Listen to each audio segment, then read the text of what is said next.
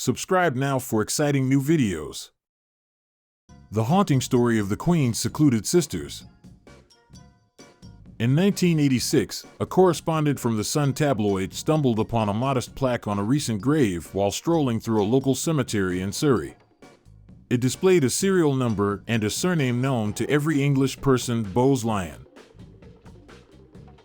This discovery prompted the correspondent to embark on his own investigation. After a year, the news headlines exploded with a sensation. It turned out that Queen Elizabeth II had two first cousins whom nobody knew about. Nerissa and Katherine were the daughters of John Bowes-Lyon, the uncle of the English Queen. In his youth, John received a good education and worked as a broker in London. However, after serving on the front lines during the early years of World War I and sustaining injuries, he returned home.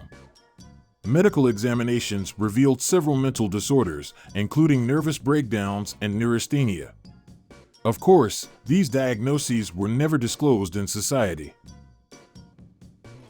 The Bowes-Lyon family had 5 daughters. Nerissa was the third child, while Katherine was the youngest of the sisters. Shortly after Nerissa's birth, doctors suspected something amiss, and their concerns were later confirmed. She had a severe mental disorder that hindered her development.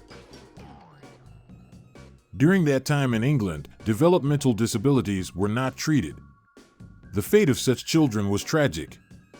They were locked away in psychiatric institutions, and their existence brought shame upon the entire family.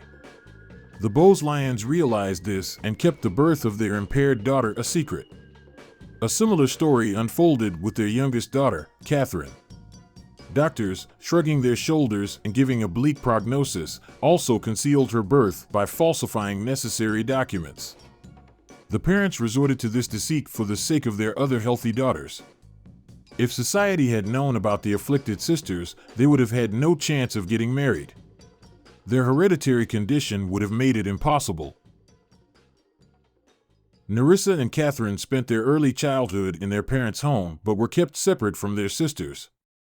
Private tutors were hired for them, but the girls never learned to speak. Instead, they made unintelligible sounds and gestures. Their movements were uncoordinated, requiring constant supervision from adults. In 1930, their father, John, passed away, leaving their care solely to their mother. As the girls grew older, their behavior became increasingly aggressive, making it more difficult for their mother to manage them. When they were around 15 years old, they were sent to a psychiatric institution in Surrey. The Bowes-Lyon family financially supported their care and the clinic in exchange for the doctor's silence. Until the mid-1960s, their mother and grandfather regularly visited the girls, interacting with them and bringing gifts.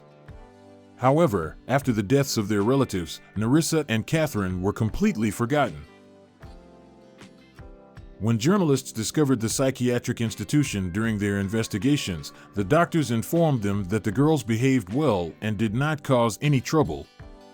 The sisters enjoyed watching television, and whenever they saw Queen Elizabeth II on the screen, they happily waved and tried to curtsy. Unfortunately, despite their noble heritage, they were never able to enter the royal palace.